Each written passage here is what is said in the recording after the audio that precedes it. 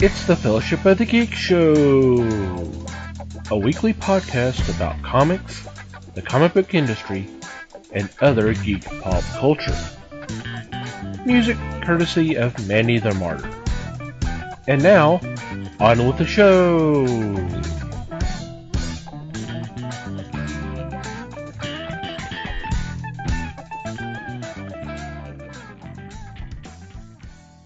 Hey there, everybody. It's the Fellowship of the Geeks podcast. My name's Thomas Chick, and joining me for this episode is Mike Marlowe. Hey, gang. Les Webster. Hello, all. And Liz Newman. Hello, everybody. How are you guys doing? Great. Bewildered by the countdown, but okay. Uh-huh. It's all good. Ooh, that's Okay. coming back on. Oh, you guys, never mind. You guys aren't Breaking Bad fans. No. That's his name, Saul Goodman. Yeah. What's Breaking Bad? They don't watch Breaking Bad, yeah. They don't like drug dealers and Hi, Phil. teachers. Hi, Paco. Oh, that wasn't Paco.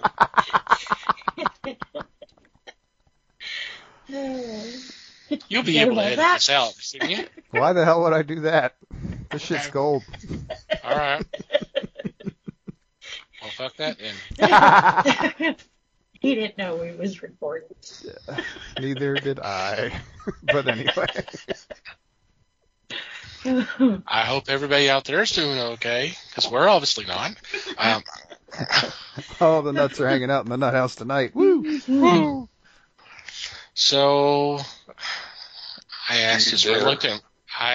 reluctantly. What's been going on in your corner of the galaxy?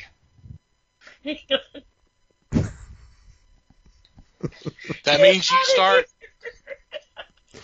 That means you start, Liz. She's already cracked herself up beyond hope. Giggle Fest. Once again, I'm blaming Phil. Oh, man. Okay. What did I do? I don't know, hence me asking the question. Right. I'm buying time.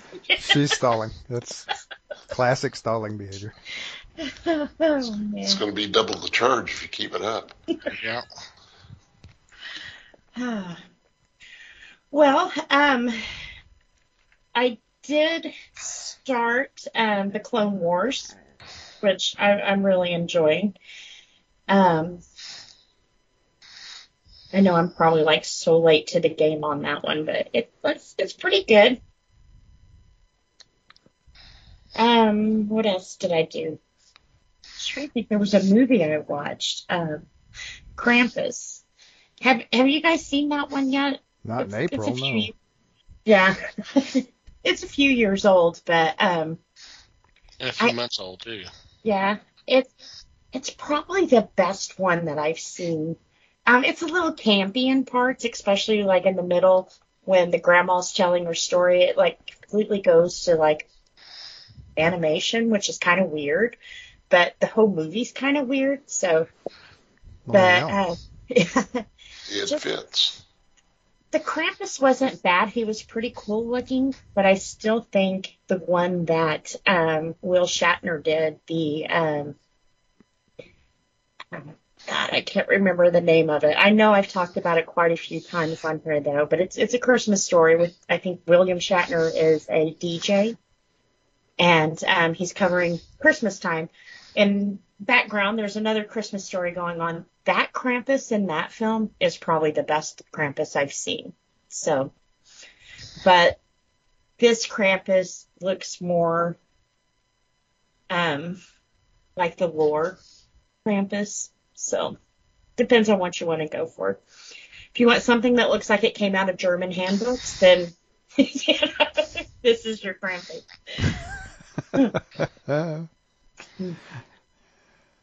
I didn't really do a lot. I did kind of have a rant I don't know if you guys want me to go on this one or not. I was listening to, you guys know who Dylan Cole Spruce is, right? He's the twin. Well, I think maybe Cole's the other one. I don't know. I could have just said both their names together. I don't know. But anyways, he's been in a lot of Disney TV shows. He quit for a while, and he came back, and he's been doing Riverdale, which has been doing okay. I mean, it hasn't been canceled, right? Mm-hmm. So he kind of went off on a tangent, though, referring, which kind of pissed me off. He was referring to childhood actors' trauma pretty much to a sexual assault victim trauma, that they do the same thing to a person. And just really how he was sick of it. He wishes Riverdale would end already because he's bored. And it's kind of like, you little ungrateful fucking brat, Disney paid you, okay? Now, I understand with children, sometimes they have no choice if they act or not. We saw that with Miley. Then when she got out acting, she went crazy to totally separate herself from that Disney child thought that we had of her, which, hey, it worked, But with him, he left. He went back to school. Now, if it was so traumatic, why did you come back? If this was so hard for you and, it doesn't make sense that he would come back. And now that you've come back, you're going to rag on his show that allowed you to play one of the main characters and talk about how bad it is and you wish it was canceled and blah, blah, blah, blah. I mean, it totally reeked of Katherine Hagel to me and, the way she was with Grey's Anatomy. It's just kind of thousands of other people would love to take his place, And like I said, if it's so traumatic, leave. Go flip burgers. I mean, we're in the middle of a major hiring in America right now. So it just rubbed me the wrong way. I like his brother better. I just can't remember his name. But he was the one who was in Adam Sandler's Big Daddy. And he was also he was Ross's son on Friends. So, but like I said, to me, it came off as really ungrateful and really shitty if you're a fan of his, And who is this again? I'm sorry. His name he's Jughead on Riverdale. But It's Dylan Spruce. I didn't like the way that he referenced his acting to an actual physical harm that you do to somebody. That was just kind of like, wow, really? Well, I mean, the upside is that if he's going to make that comparison, he clearly doesn't understand what abuse is like, so good for him. Yeah, good for him. I mean, he's an idiot for making the comparison, but right. At least he's making a comparison that he clearly doesn't understand in any way, so that clears that up very quickly. Well, and to me, I mean, acting is a job. Don't get me wrong. I really look up to what they do and what it takes to get the job done, but it's not the only job in the world. If you're an actor and you no longer want to do it, plus, like I said, he took a break to went to school, so he's certified in things too. There's other things you can go and do then, Instead of shit on the people who've given you a job and who've been writing your script and who have been acting with you, just take your little entitled ass down the road, So, yeah. So this is the person I want to have in my next casting call, right? Right. Absolutely. Yeah. Okay. Yeah. Only if I can cast Jonah Hill. Or no, you like him, don't you? Seth Rogen. Seth Rogen. There it is. Oh, God. They look the same. Kinda. So, especially now that they've both lost weight, it's like, wow, you're brothers again. So, but yeah, I say I couldn't imagine if I was writing for the show hearing the comments that he made. And how many people beg for their show to get canceled? That's kind of crazy, you know. At least one. Yeah, at least one. See, I'm a Grey's Anatomy fan, and it's going into season 17. And the main person in that is like, yeah, we need to wrap things up. I can understand a comment like that, other than I don't understand why the show hasn't been canceled yet. You know, I'm like, wow, just shit on your job and your fans all in one statement. You know, yeah, he's arrogant. I don't like him.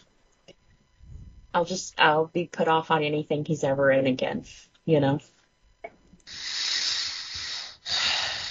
But no, other than that, not a lot going on over here.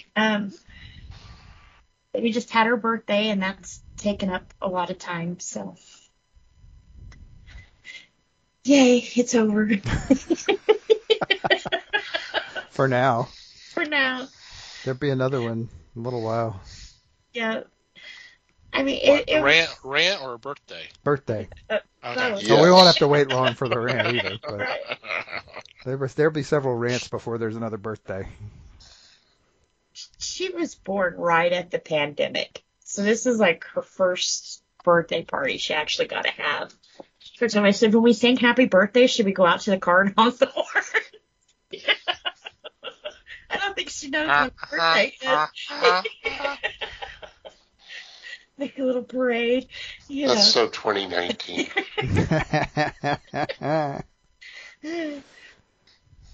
So at least we won't have kids who are alcoholics because Corona really fucked up their childhood.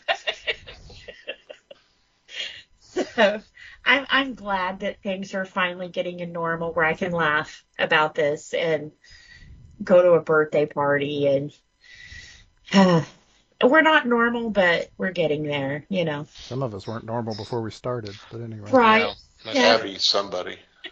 So that guy's definitely normal, but yeah.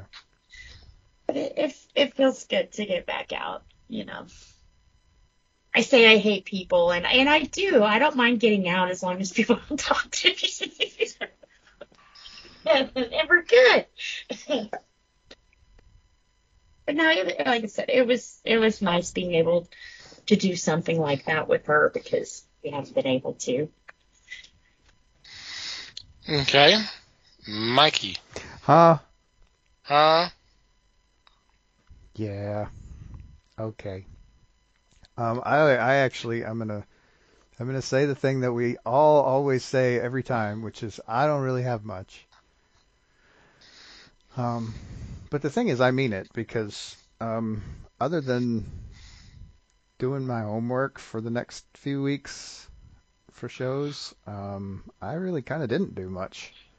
I actually was thinking about that a little while ago, going, where in the hell did all my time go this week? I'm not even sure.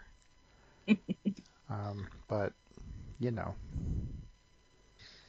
the funny thing, I guess, if any TV has been watched in our house, it's the fun thing is that my 15-year-old has gotten addicted to cooking shows.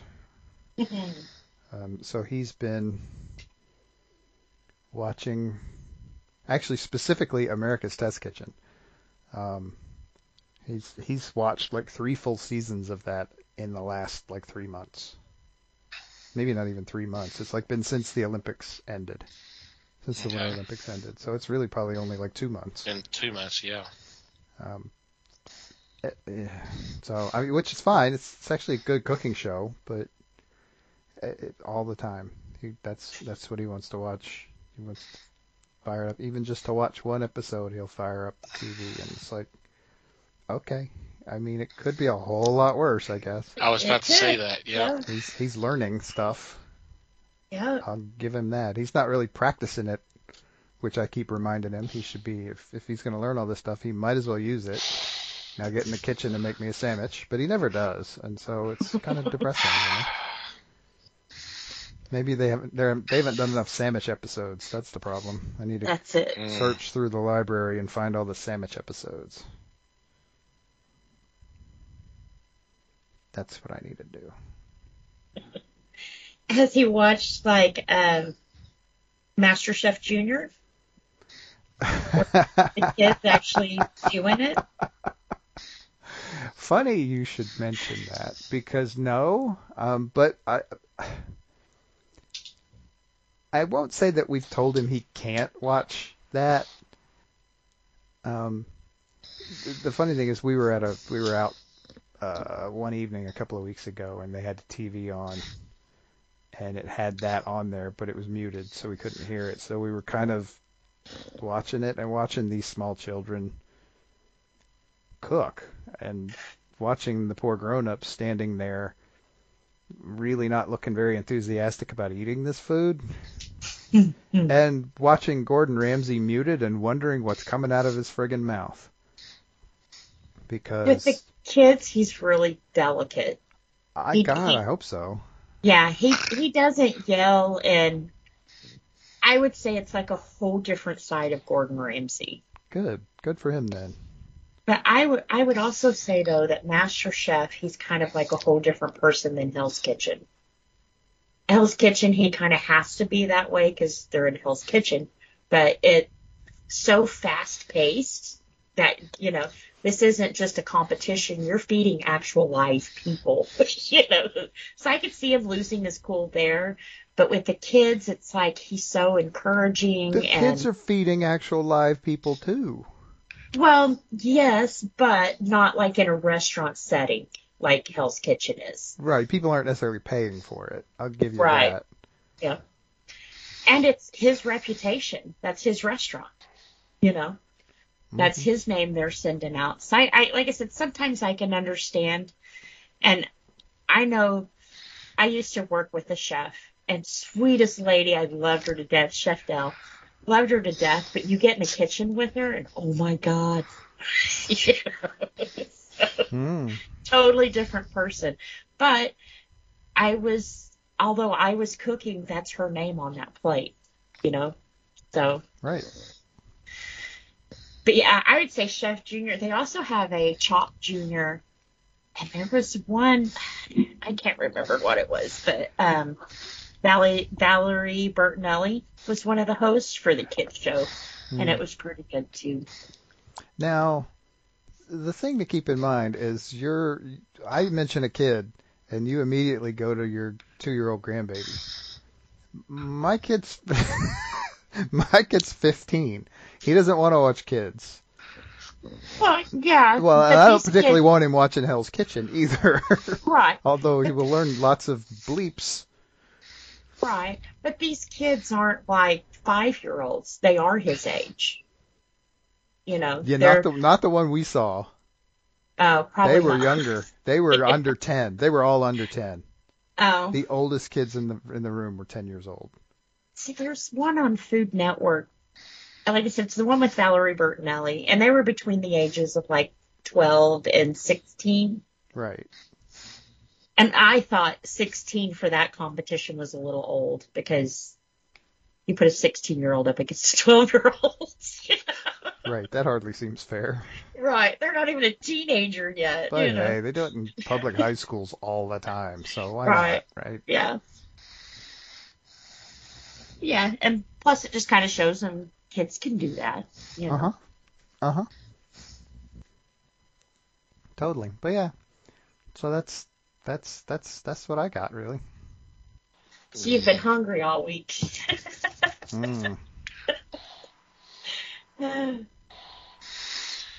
Alrighty, Les. I came across a series on YouTube again. 2 guys that listen to music, and they rate the music that they're listening to. It's called Andy and Alex. Andy and Alex are a bit older. They're in their early 30s probably. But it's fascinating because they are listening to music they hadn't heard before. Mm-hmm. And what's fascinating is to see their reactions. Mm-hmm. To see their reactions to things like Rod Stewart, Faces, Don McLean, and several others. They're about a half-hour long program. They listen to the song, then they comment about it. Yep. And it's so much fun to see how surprised they are as to how good these songs are that people are recommending. They did Maggie May one night, and then a couple episodes later they did Stay With Me by Faces, both Rod Stewart songs. And they were blown away about how different it was, but how similar it was. And those two songs are definitely similar in sound, but they definitely give a different message. Mm-hmm. Don McLean, American Pie, was great to listen to. Although there are times that the guys will make a comment during the song, not stop the song, but they make a comment during the song. With American Pie, I was singing along.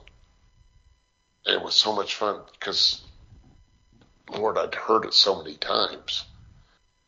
But to see fresh reaction is so cool.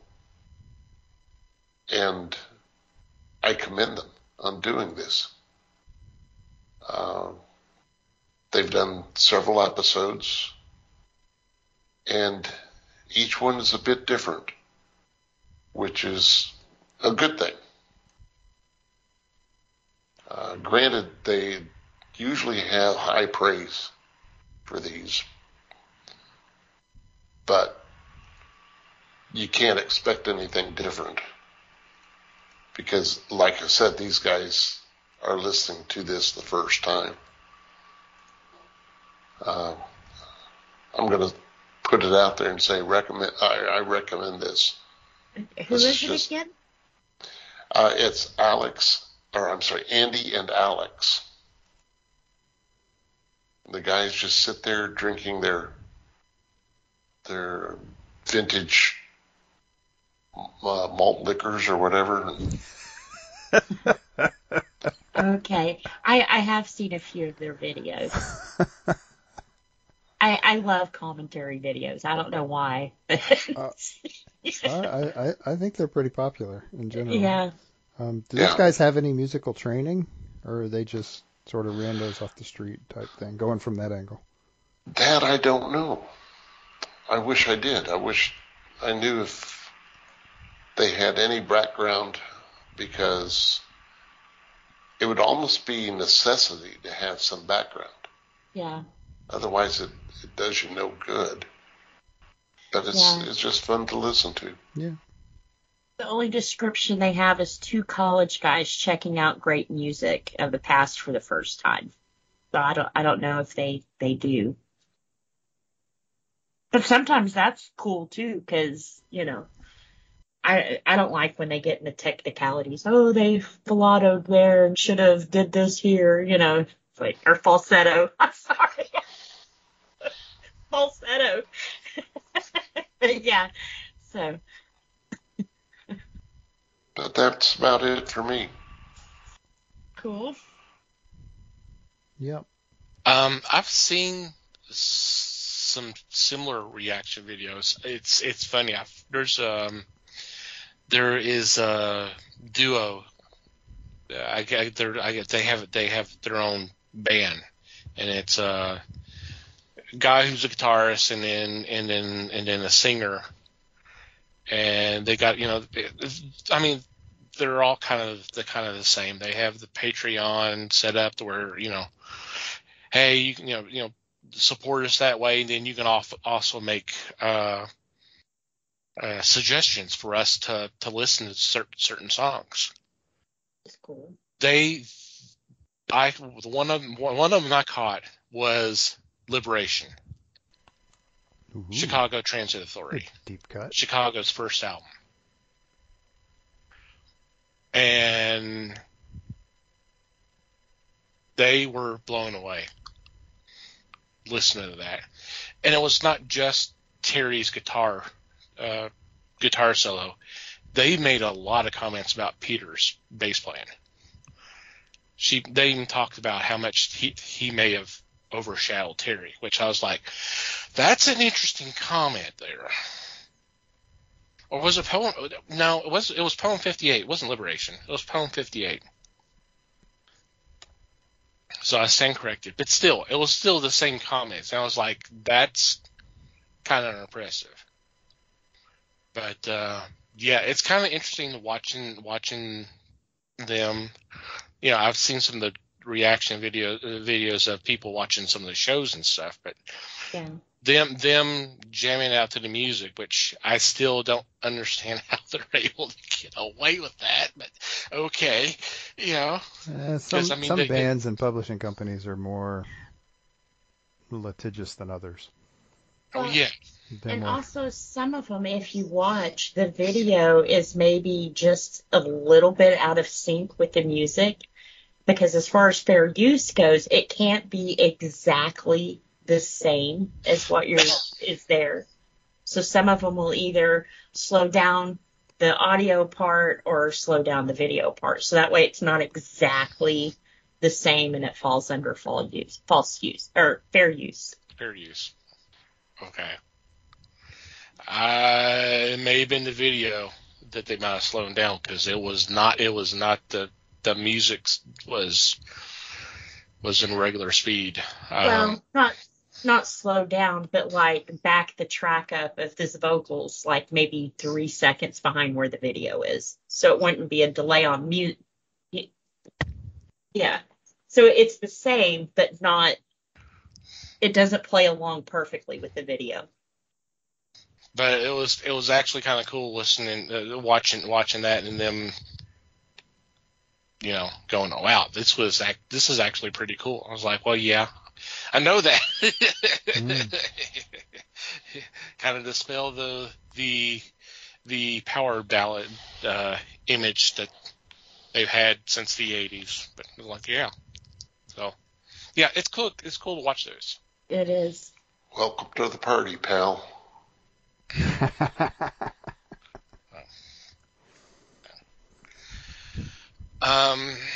For me, yeah, in addition to kind of doing homework for the next few episodes and all that, I don't know if serendipity is the word, or what kind of word you want to throw out there. Y'all remember a few weeks back I talked about, came across something about Man from Atlantis. I was like, I wouldn't mind checking out that show, because I didn't remember it. I mean, I vaguely, but I don't remember even watching it, just remembering it exists. And then it automatically showed up on Tubi within the last few weeks. Well, it happened again. There was hopefully with a better show. It was originally a miniseries, but it's been edited to a movie. And I was like, I would love to see this again. It's been way too long. Then last week, I got an email from Tubi saying, hey, these have been added. And it was the first thing that was listed. Salem's Lot. The 1979 version. Not the Return to Salem's Lot. No, Salem's Lot. With David Soul, James Mason, Bonnie Bedelia, and a bunch of other actors that everybody knows, like Jeffrey Lewis and Fred Willard. Lou Ayres has a bit part. Mary Windsor has a bit part. Elijah Cook has a bit part. So I mean, it's a nice cast. And I watched it the other night. I was like, damn, this thing still holds up real well. It was kind of cool to watch it again. Have y'all seen it? I haven't. When it first aired, yeah. Since, yes, I have also. It's a good show. I don't know if I've seen it. I read the book. Well, I mean, I've read the book. they made changes, but actually, from what I had read on Wikipedia, Stephen King didn't have a problem with the changes. He kind of liked what they did. Like, for example, Barlow, the vampire, the head vampire, doesn't talk, or he does in the book. So everything's kind of through Striker. I can't remember his name right now. Striker. The James Mason character, and actually kind of beefed up his role a little bit by doing that. But it's so good. I mean, it's a 3 hour and 2 minute movie, but it's worth it. It really is. It's real. You don't really feel it. It's like watching It, the TV version, or the TV version of The Shining. Shining TV version was so much better.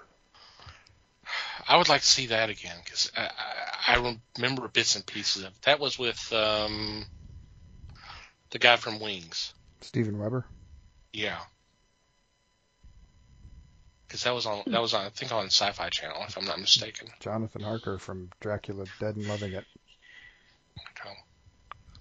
So, but yeah, definitely check it out. It is on Tubi. It just was just added.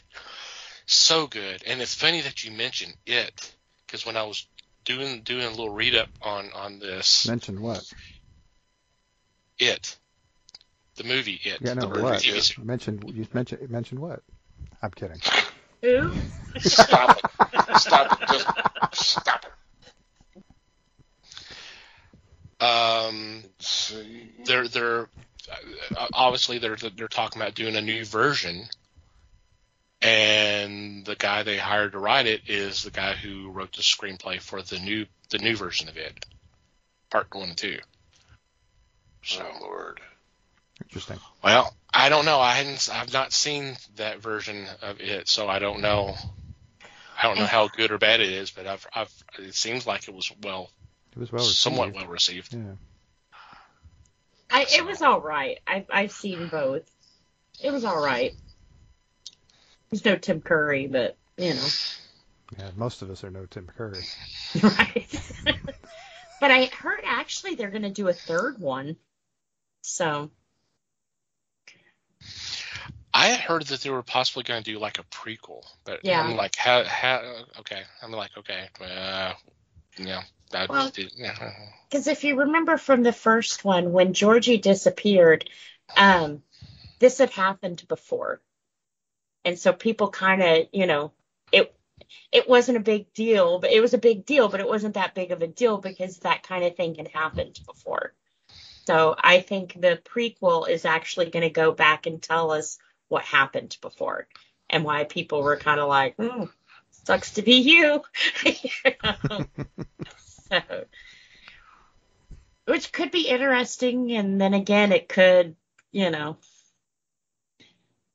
sometimes I hate when they do that. You don't always have to fill in the blanks for me, Mm-hmm.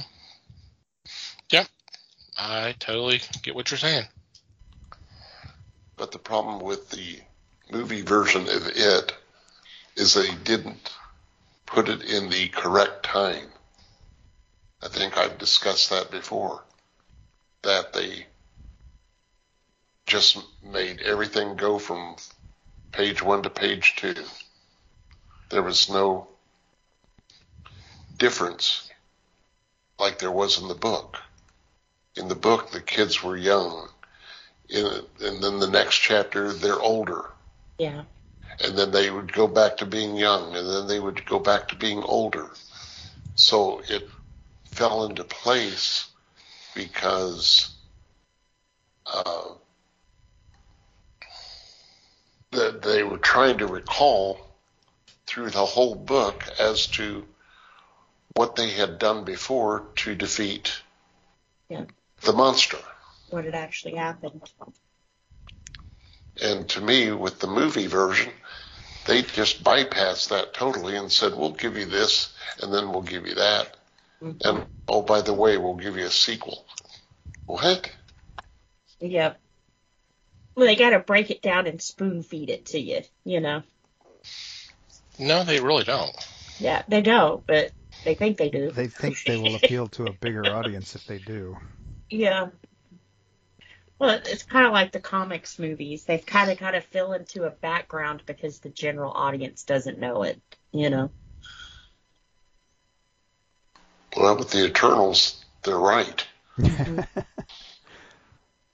Yep. So, before we get into this week's discussion, I do want to mention that we do have a Discord. It's been up for almost 2 years. We post news items, discussion items, memes, videos, trailers, fun stuff. Do a lot of fun stuff on there. Usually have some movie nights or something like that. Discord sign up is free. The app is free. It's available in all the app stores. We do have an invite on our homepage, www.thefellowshipofthegeeks.net, and we would love to have you come join us. We sure would. We would. All right. For the next few weeks, we have a little bit of a theme. This is our sci-fi month. I know we were kind of starting into it a little bit late, but that's okay. We are going to celebrate about 4 films, sci-fi films that are celebrating an anniversary, a special celebration anniversary, and we're kicking it off this week with the 45th anniversary of Steven Spielberg's Close Encounters of the Third Kind. Do do do do do. Was that Phil? I think that was Paco.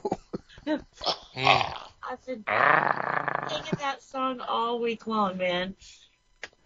Just hoping those aliens would come get you. Right? I'm peaceful. Easy feeling.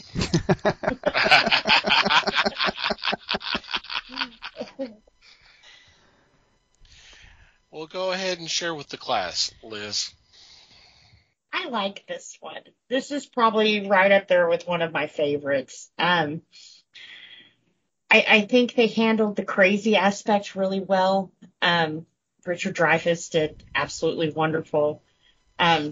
Terry Garr was kind of a bitch, but it's understandable. You know, if my husband came home and was like, "Ooh, I saw little people," you know, you seen if he had something to drink first.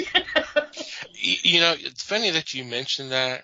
1977 was the year for Terry Garr to be the wife that has to deal with the husband that deals with crazy. It's crazy enough. Because this is also the same year Oh God came out. Ah. That starred John Denver, who saw God was played by George Burns, and Terry Garr was the wife. Yep. I was like, because I started thinking about that when I started watching the film, and I pulled it up. I'm like, literally the same year. Okay, pigeonhole her, why don't you? She has a very good hysterical reaction, though. You know, in all of those, she does. So I can see being typecasted for that. This is literally 3 years after she's playing the bimbo scientific assistant in Young Frankenstein. Yeah. Yeah. I mean, it's a weird thing to get typecast as in that short time frame. Yeah. And I also didn't realize until she started shouting, "Mary! Mary!" which she did all through the film. I didn't realize that was the mom from Christmas Story. What's her name? Melinda Dillon. Melinda Dillon, yeah. Yep. And it was like, why does she sound familiar? Why does she sound familiar? But we heard her yelling so much at her kids that, yeah. But I thought she did really good, too. I don't know what I would do in the case that she had, you know. Kind of crazy, yeah. most of the time, I know people probably had a problem with the aliens on this film. I didn't. I thought, especially for the 80s, they totally nailed that. The spaceship was freaking amazing, you know. Um, Not a lot of bad I can say. So, Yeah, yeah. the special effects still hold up, and this is 77. So, I mean, it still looks as amazing now as it did back then. That's pretty impressive. Yep. And of course, Steven Spielberg, you know. Yeah. Say what you will, dude knows how to make a movie. Oh, he does. And he knew how to work with what he had before the technology was there to do that, you know. Which is probably what makes this movie so cool, is that it wasn't. It didn't look. It looks like he really built this stuff and not used computers to do it, you know. I don't know if they had computers to do it. No, this was all practical. Practical This special is effects. models and flashlights and shit. Yeah.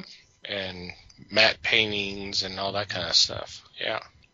But they did a really good job. The clouds, wow. Yeah. That was pretty cool. That was a pretty cool effect for sure. But yeah, I think they told a good story of what would happen inside of a couple if one of them, you know, if this happened. You know, just the madness that it drove him to. I don't think it was that it drove him crazy. I think what drove him crazy is that he saw something so amazing and nobody believed him. Yeah. You know, I come back home with half my face burned and you don't believe me. You know, what the hell did I do? You know?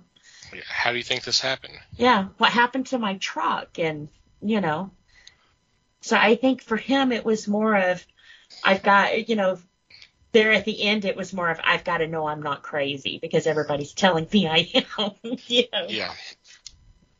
And I'm going to do this, whether they shoot me or not. I'm going to get over to the mountain, you know. Yeah, it had been a while since I'd seen this one. So this one was definitely a real joy to go back and watch again. Yep. And they didn't cheese it up like some of the sci-fi alien movies can be. That's because this is the movie they're all ripping off. Yeah. It definitely set a bar, for sure. Because it gave us aliens without being cheesy about it, you know? First time that had happened in a while, too. In a long while, yeah. Even now, I think it's kind of hard to introduce aliens without people going, oh my God. Kind of like what I was saying about Indiana Jones. It was good until they got to the aliens, and it was like, oh my God. You know, with this, it made sense. You know, you know, it wasn't shocking or, you know, it wasn't done just to get the plot moving along, you know. Well, and in most sci-fi movies, especially the 50s and 60s, of course, those were done for there were more B films and all that. Usually, if aliens land, okay, well, here's the military. We got to start bombing them, and you know, because they're evil and all that. And here it was a group of scientists and all that trying to figure out a way to communicate with them, saying, okay, let's meet here. And they do, and then they communicate through the music, the notes, and the lights and all that. And there was actually there was actually communications and all, and it was that was not done that much then. Frankly, it's not that much done that way now. I wish they would have kind of explained to us what the communication was. Because at one point, didn't it really seem like that spaceship got really pissed off? You know? Like, no, you're not listening. You're not getting it. And then blew the windows out. And, you know. So I would have liked to. I mean, they kind of told you what they communicated. And it was, hey, you know, we're going to give you guys these guys back. And who wants to come, you know. Line up. And we'll pick who gets to go. Yeah. Right. Which, wow, opportunity of a lifetime, you know. And it made sense for him because at that point he'd lost everything. Yeah. Yeah. What, Mikey? Mm-hmm. Yep. Totally. So your thoughts? This is a really, really disgustingly well-made movie. I actually still didn't like it all that much, but it's a really, really well-made movie. I mean, it is impossible to argue with what Spielberg did. It is impossible to argue with a lot of the performances. I mean, all of the performances, honestly. It is certainly impossible to argue with the score. Oh God, yeah. Because who can argue? Anybody who argues with John Williams' score, if for anything, just can GTFO. Because they're wrong. Yeah. But honestly, there were things that that just didn't sit right. I mean, not to pick on you, Liz, but No. I mean, a lot of the places where you said at least it made sense, those were honestly spots where I thought it didn't make sense. There were a lot of things that didn't make sense. My argument for the whole driving Roy crazy, the impression I got from the beginning was he was crazy to start with. Yeah. Look at the inside of that house. Yeah, that's a good point. Yeah. There is no way an ordered mind lived in that house. I mean, it's no wonder that his wife took off on him because that was inevitable. I mean, three small kids aside, that place is just it's just insane. Well, when the movie first started, it looked like he was in a shack. And I think that was like their garage, because then when they panned out and they showed us, you know, like when they were in the bedrooms and stuff, it was like, oh, they have a bigger house. Right, it looked like some sort of game room, playroom type setup. Yeah. Like a den converted into like a room where you would have small kids, and there was just shit everywhere. Everywhere. And they did a really good job of showing basically every room in the house. And they all looked like that. Yep. So my whole impression was different from the beginning, because I got the feeling that, I mean, whatever crazy this guy gets driven to, he really wasn't that far from it to start with. So I kind of instinctively didn't like the character. Richard Dreyfuss did a fantastic job playing that character. Not gonna lie, straight up, absolutely awesome. But I was out already because I couldn't feel anything for this guy. This guy was just crazy. Yeah. That's a big take me out of the movie real fast thing, and he is very much the center of this whole movie. He is. So again, like I said, it is a really well-made movie around a character that I just couldn't stand to watch for the most part. I thought there were some other fun little details. One of the ones that kind of cracked me up was the press conference scene where you've got all of the Air Force guys in there having a press conference for all these people. And they're just kind of snarking and being jerks about the whole thing. Mm-hmm. And my thought was, dude, are you sure? I mean, I'm not saying it's not realistic either, because, I mean, the United States military has pissed off everybody involved in any kind of UFO related thing since 1947, basically. Yeah. Instead of saying we just flat don't know, they just make shit up, and it really comes across as smug. And I thought that was really well portrayed in that one scene in this movie. It was the we're going to say this, whether it's true or not, and we're not going to give you any hint as to whether it's true or not. And that's all we're telling you. Yeah. And it was, which is, I mean, even if it was in real life, even if it was true, the way they were saying it was, you're idiots even for asking us this. Yeah. Why would we tell you the real answer? Whether it's true or not, it doesn't matter. They're just being assholes about it. But we want to tell you it's true. It's just not. Yep. No, we don't. Well, that's what he told them. Well, okay. I want to be able to tell you it's true, but I can't. We haven't found any proof. And it's like, really? You're set up at the end of Devil's Tower over here, and we have no proof. It's an interesting choice of backdrops. Also, I also thought it was interesting that apparently it's the aliens telling Roy to go there. Mm-hmm. But the Air Force already had. I mean, you want to think for a while there. You want to think he's the only one getting this message, and I mean they made that not true pretty quickly with the whole gatherings, the groups. He's going to these. I almost want to call them support groups. Yeah. I also think it was interesting that those groups steadily got bigger and bigger and bigger. Actually, pretty quickly got bigger and bigger and bigger. But it just, they're telling him to go there, and there's this huge secret military installation there. They basically made a runway. Yeah. But they'll sit in that press conference and say, yeah, we can't really talk about this. Well, that was before drones and stuff.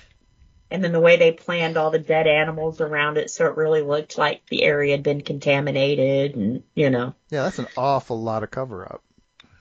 It happens. But yeah, That's dollar at work for you. Well, but it was kind of like with them, they started questioning, should we be doing this, when they started seeing all the dead animals. That was a deterrent. Well, they weren't dead.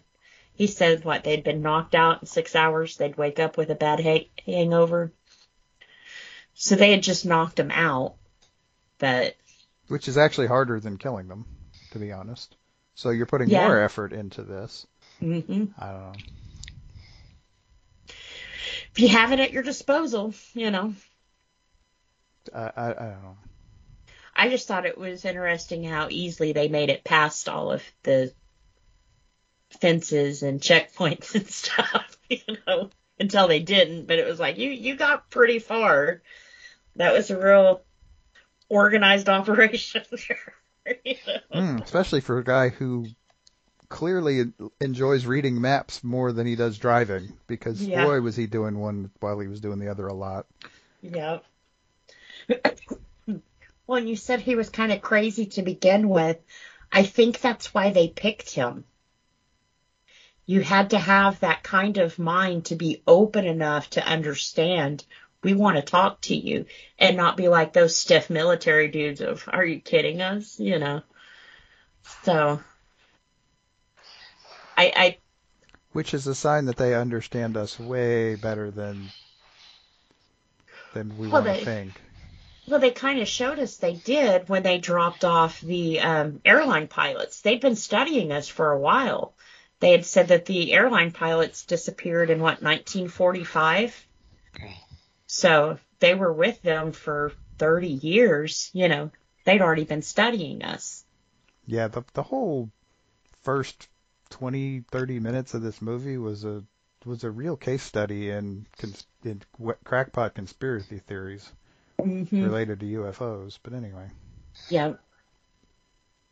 And it kind of reminded me of that show I was telling you guys about, Flight 183 or so. I'd have to look at the name. It's been so long. But kind of they disappeared. And when they came back, they were the same exact age. The plane was the same exact way as it had left. And that was the case with these airplanes and the Kopatha that was in the middle of the desert. Yeah, the ship that had disappeared decades before. Mm-hmm. Yep. So that kind of showed us they knew who we were. We just didn't know who they were yet.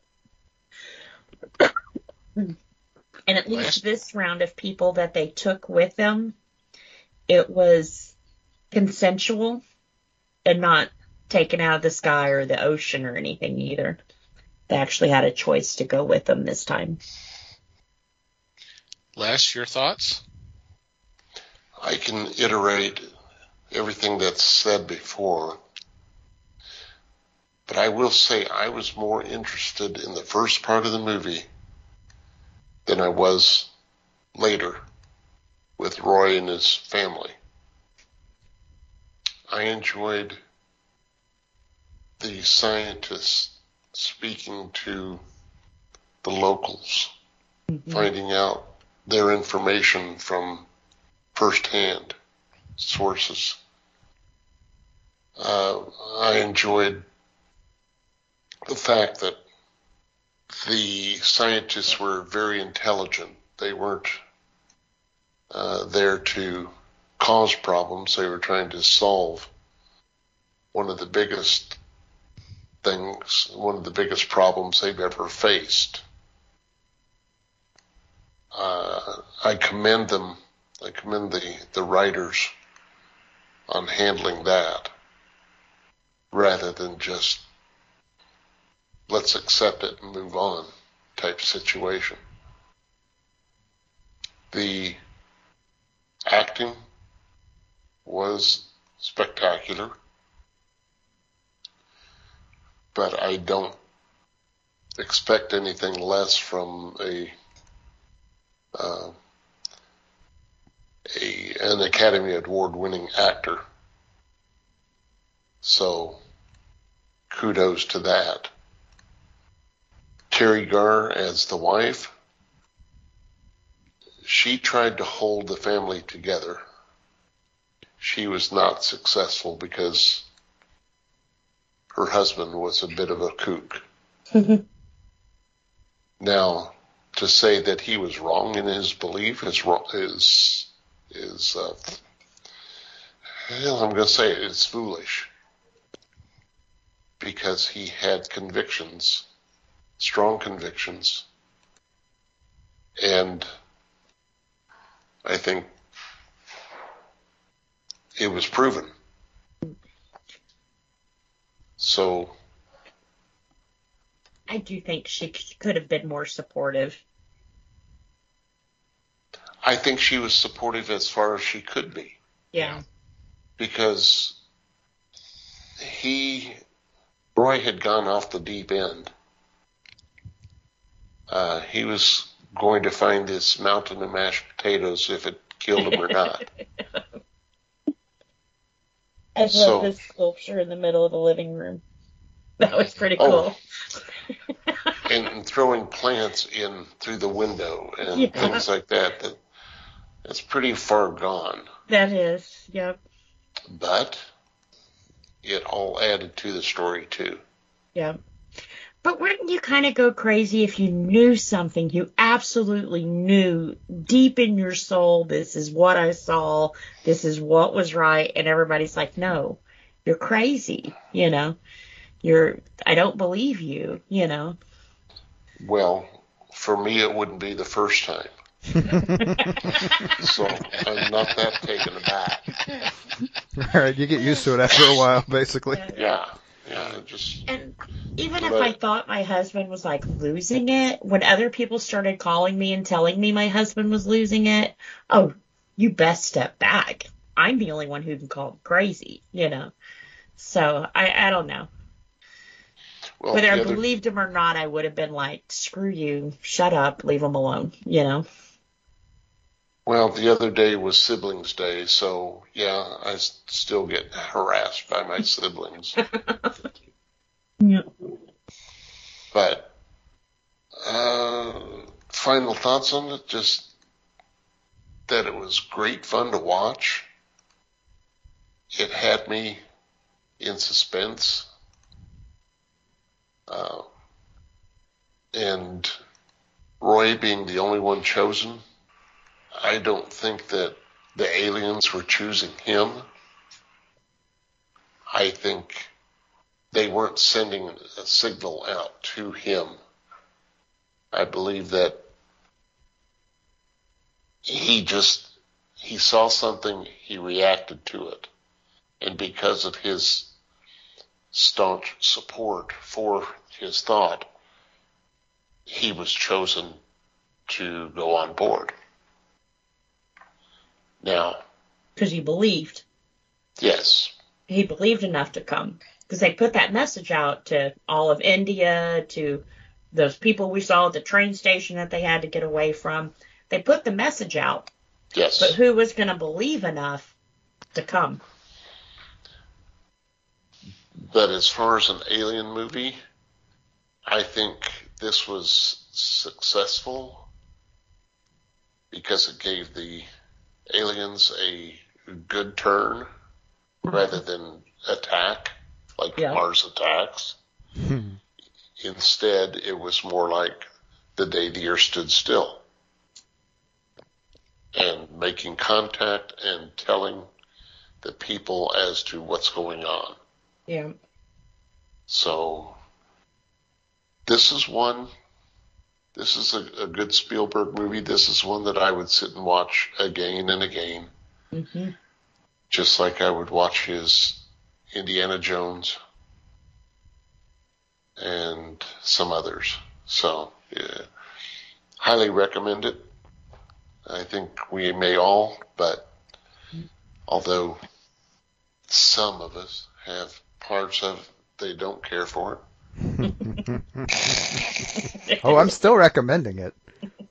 I'm totally still recommending this movie. Yeah, you can't do that. You said something bad about you. You can't recommend it, young man. No. Yeah. Take the time, find it, watch it. I bought this one to watch it again, so I would definitely be watching it again. There you go.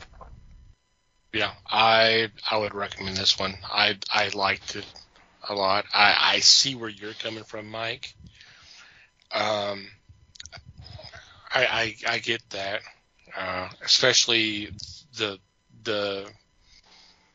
comments regarding Roy. I hadn't really thought about it that way, but yeah, I mean, it's funny that he had mentioned it, because when I watched it again the other night, for the first time in a long time, that very first scene of them in their house, and you talked about how trashed up and all this is, like, you know, I didn't remember that, but I was like, that just doesn't look right. Whose living room or den looks like that, especially when you got TIE fighters and Starship Enterprise and Klingon warships dangling from the ceiling. Yeah, but I hadn't really thought about it that, that he could be possibly been suffering from something. Well, potentially. If possible, yeah. I mean, yeah. There's some themes in the clutter in the background too, for sure. Like you said, like all the alien spaceships. Mm-hmm. So, yeah. But yeah, I would definitely recommend this film. And it's funny because especially watching the ending, it reminded me of I know a couple of them. I'm pretty sure Mad Magazine was one of them. It was either Cracked or Crazy did one too. I don't know if all three of them did it, but a few years later, Spielberg would do another sci-fi film called E.T. the Extraterrestrial. Mm-hmm. And what was so funny is at least two of the parodies of that film ended the same way, where the alien ship landed and E.T. went up the landing the ramp. The landing ramp, and Richard Dreyfuss comes out. Yeah. And I was like, how?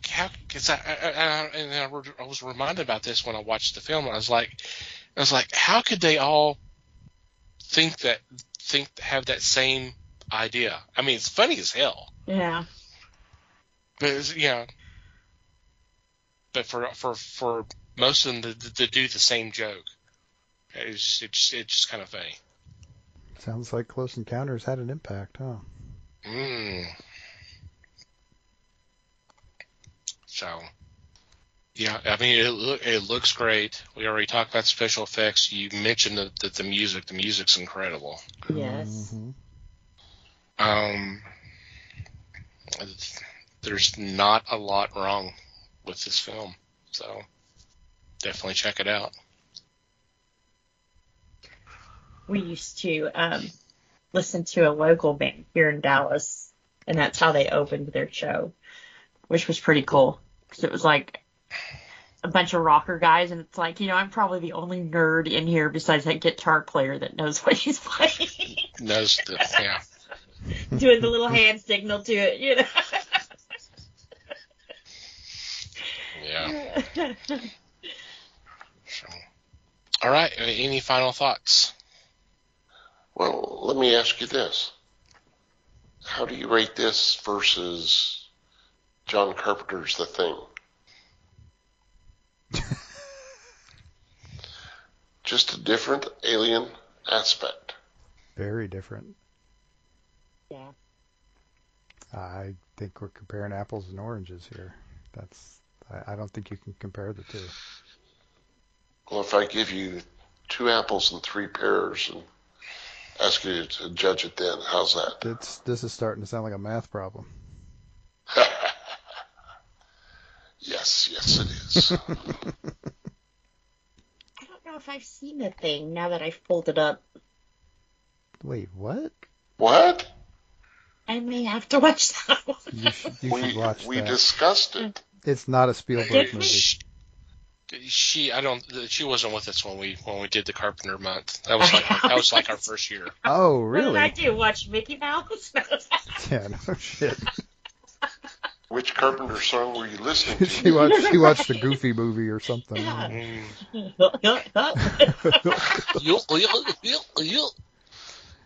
Oh man, yeah, you should watch The Thing. And make sure it's The Thing and not The Blob. The Thing, 1982, correct? John That's Carpenter, correct. Kurt Russell. Yep. Yep, that's the one. Wilford Brimley and T.K. Carter. And Keith David. And Keith David. Yep.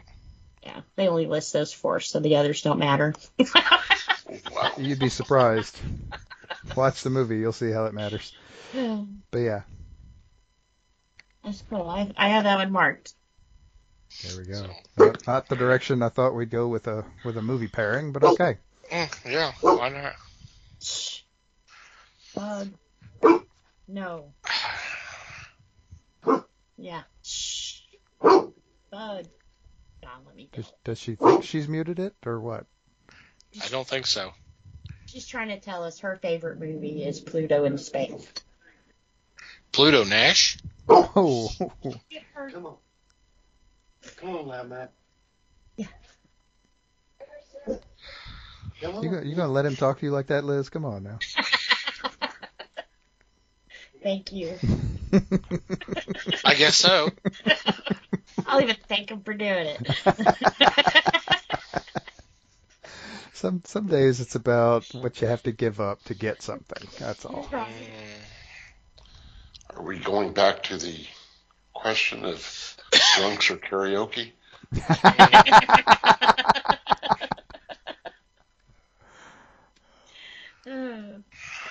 For those who want to know, just go to Discord. Yep. Although You're that not being that conversation's not That made everything available was not in to the public. but- Yeah. But they Which can is still a damn go to shame, really. Well, I can make it public.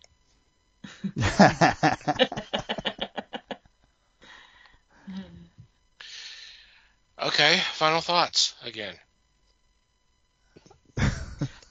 I liked it.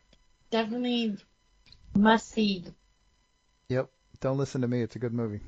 That. And I'm just I think- nitpicky. I think Thomas hit why I liked it so much, because it showed aliens in a different light. you know. So. No, there wasn't much light to see the aliens. It's a very dark movie, especially that part. But yeah, like you said, they didn't show up and just blow everything up like they usually do, you know. I won't get into the whole we believe, but I do, and it's nice when you see things that makes them look nice. That's how they are in my head. They're nice. Right. That's what people want to believe is kind of Yeah. Mars Attacks is probably a little closer to reality, but whatever. Complete with Tom Jones. Whoa, whoa. It's not unusual. Why, Delilah? What's new, Pussycat? There we So go. that's the Whoa. only one I knew. Whoa. Now you're going to go back to that thing where you don't want me calling you Pussycat anymore. Is that it?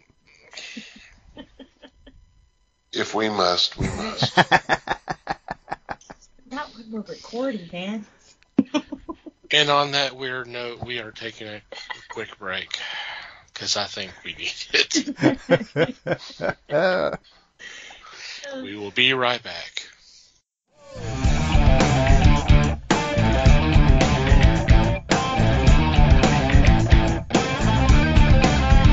And we're back, and it's time for our news segment, Geek News for You.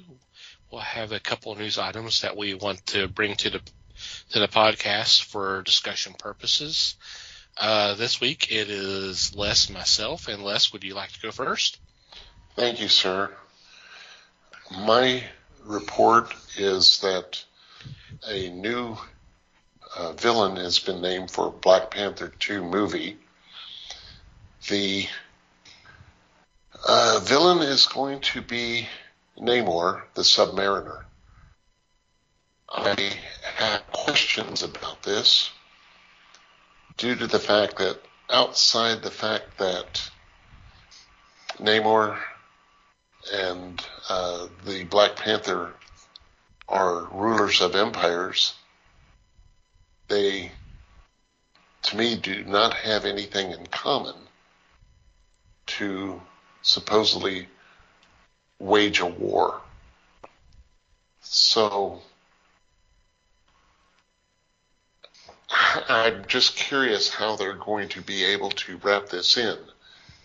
Namor was is a villain to the Human Torch, to the Fantastic Four, and others, but I personally do not recall them crossing paths, Namor and the Black Panther crossing paths in any of the books. Now, I could be wrong, and if I am, please contact us and say what a big DA I am. But I know what they're trying to do. They're trying to get somebody out there. This way they can get a Namor movie out. And they've done this in the past. Now, granted, Marvel has also had movies just come out not tied to other movies. Two in particular are the original Guardians of the Galaxy, and the second I can think of is the Eternals. That's not to say that Guardians didn't wrap itself back into the more known DC universe, and we'll have to wait and see how it is handled for the Eternals.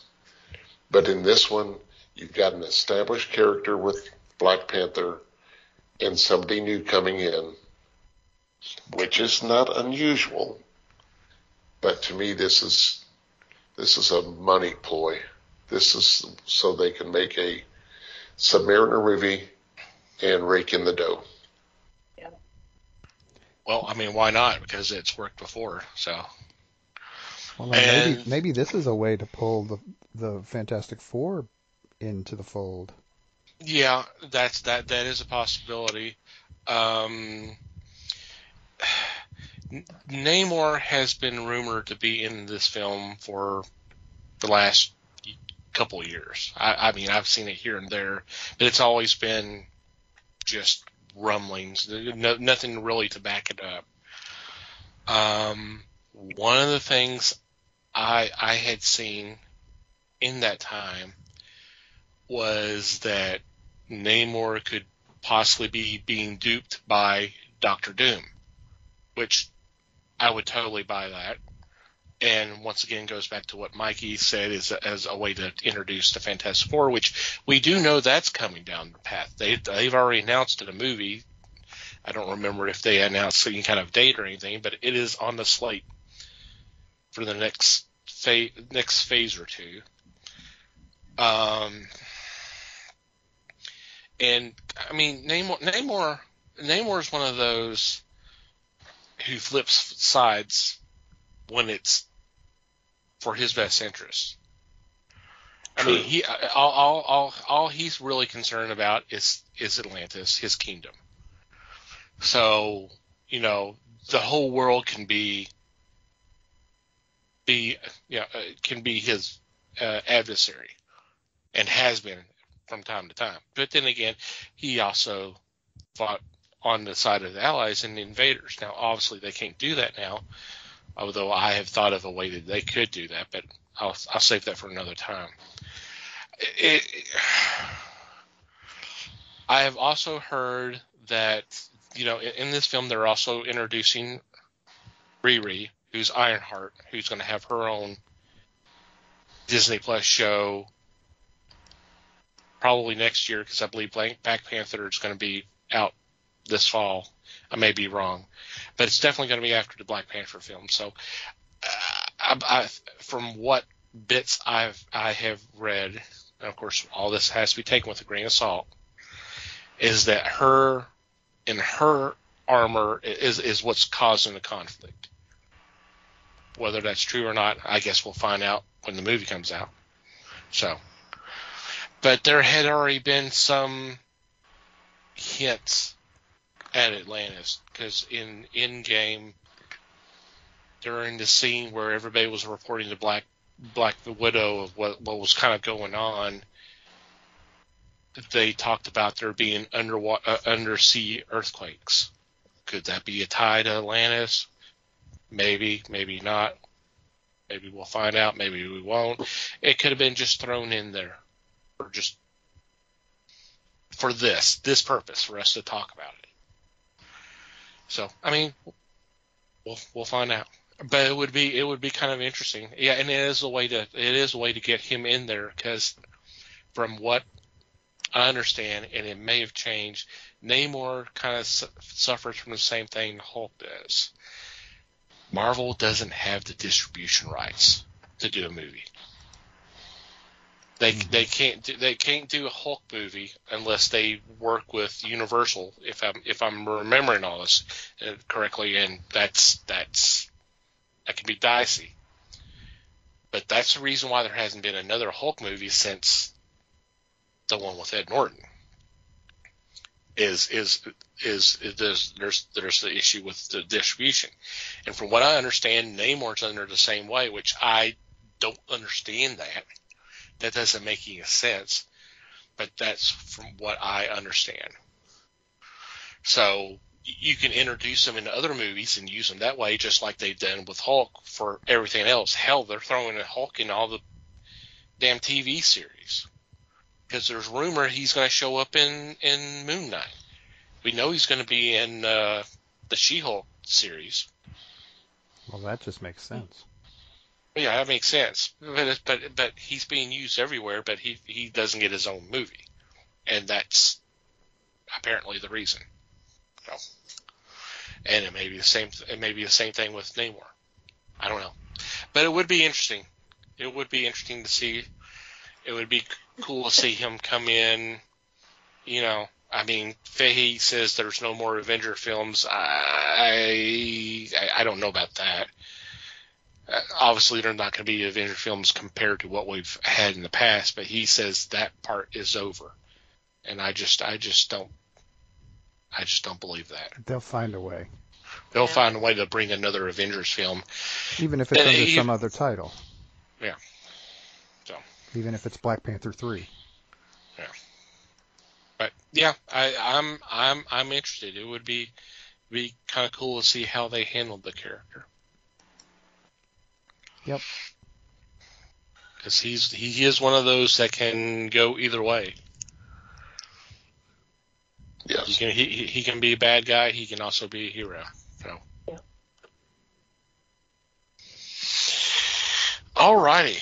Well, I got a couple of things. The last few weeks, I have talked about this one particular website, Box Office Pro. And on April 8th, they released a long-range forecast for Doctor Strange in the Multiverse of Madness. This is the one I've been waiting for. To see what they're going to say. And for those who've not caught the previous episodes, first of all, you need to go back and listen to them. They're pretty good. We talked about the forecast for the movie Morbius, and they were pretty spot on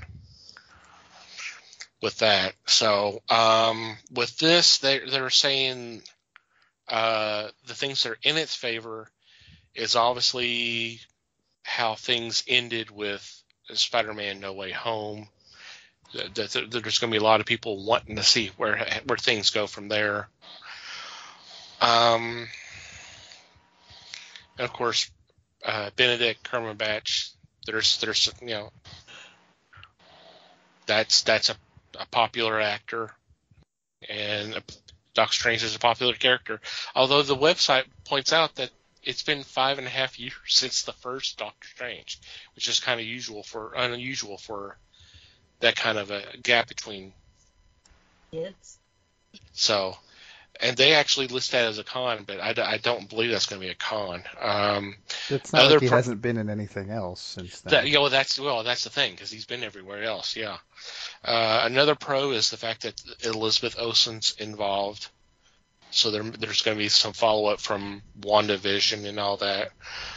So, another pro was how well early ticket sales started, because ticket sales started a week or so ago, and it blew out even the Batman on opening day of early ticket sales. So what they're forecasting here, and this is going to be the 3-day total domestically, I believe. I believe that's domestically. The low range is 165 million to 205 million. 3-day total. That seems a little high to me. Well, it's also easy to jack it up like that when, like you said, pre-orders are already happening. And that could be playing a part into it. That's correct. We'll see, but it's going to be interesting to check that out. But yeah. And the second news item actually came down today as we're recording from the Scratch Your Head department. There is going to be a movie made based off of the Spirit Halloween stores. Oh yeah. Did y'all see this? I saw the headline. I didn't read it. I was like, it's going to star Christopher Lloyd and Rachel Lee Cook, and the premise is these teenagers decide to spend the night in this Spirit Halloween store that's kind of in this barren, not barren, but just a kind of a dead shopping mall. But how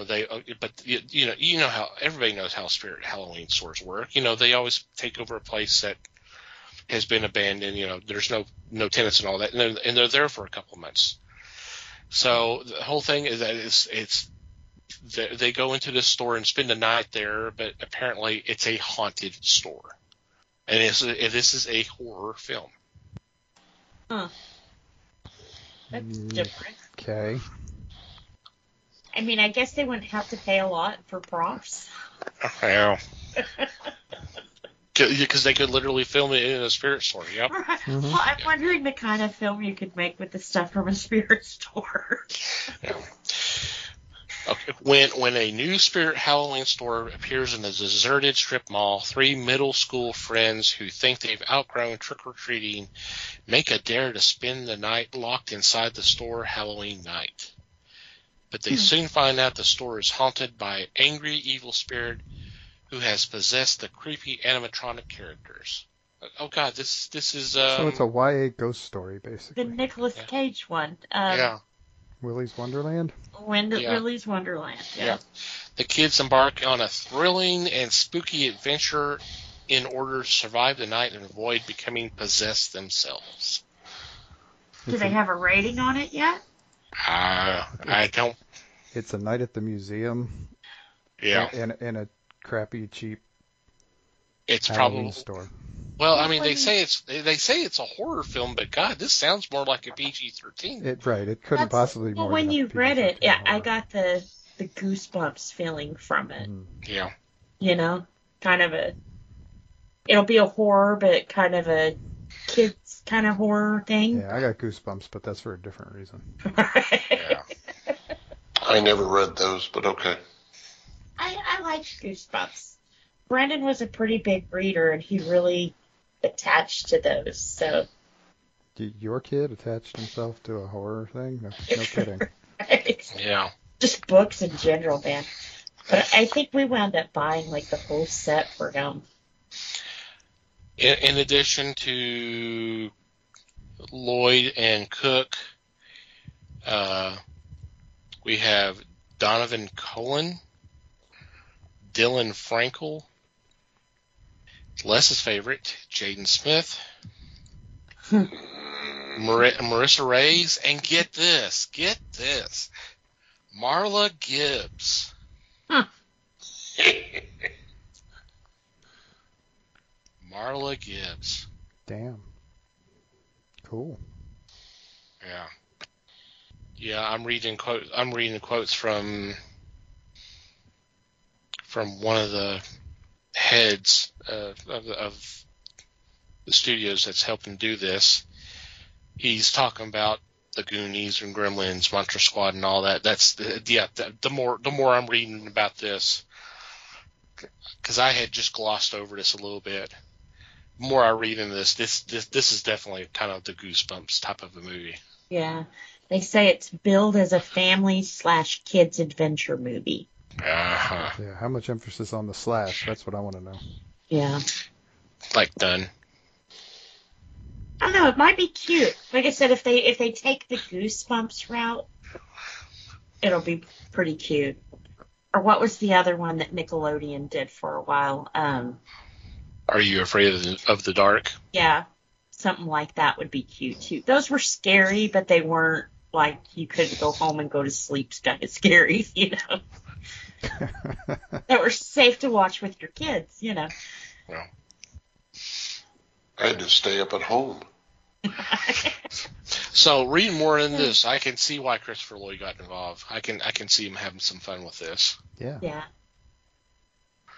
Because when I first thought this was more of a horror film, I'm like, why would Christopher Lloyd do this? But now it's more kind of a Goosebumps-esque type of film. I'm going, okay, yeah, that More makes sense. comedy. Mm-hmm.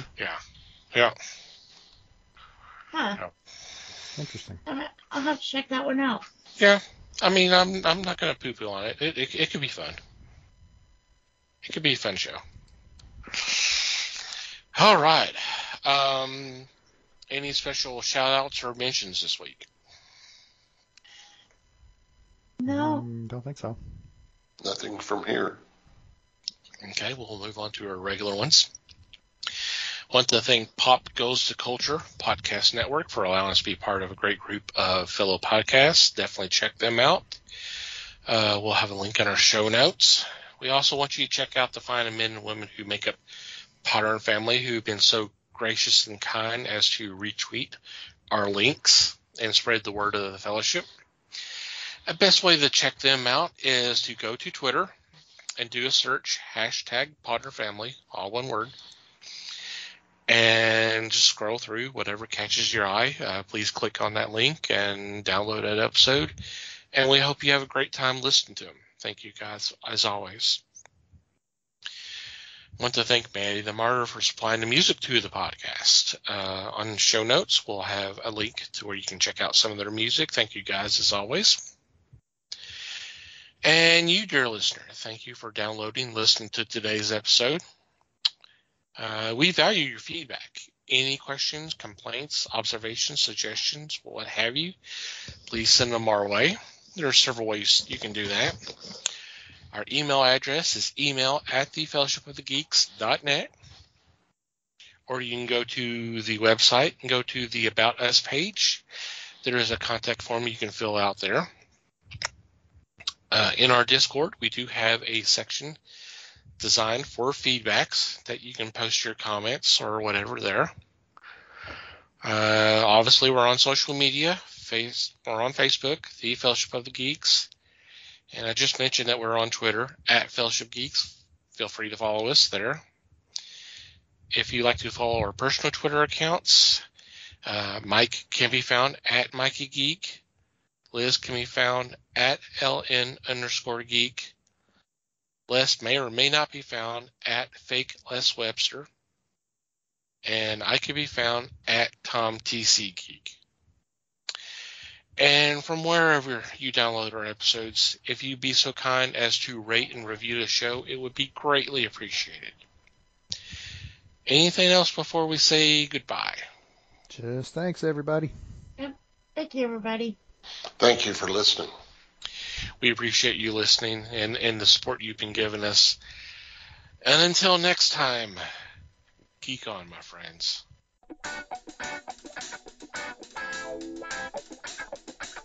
We thank you for listening to the show.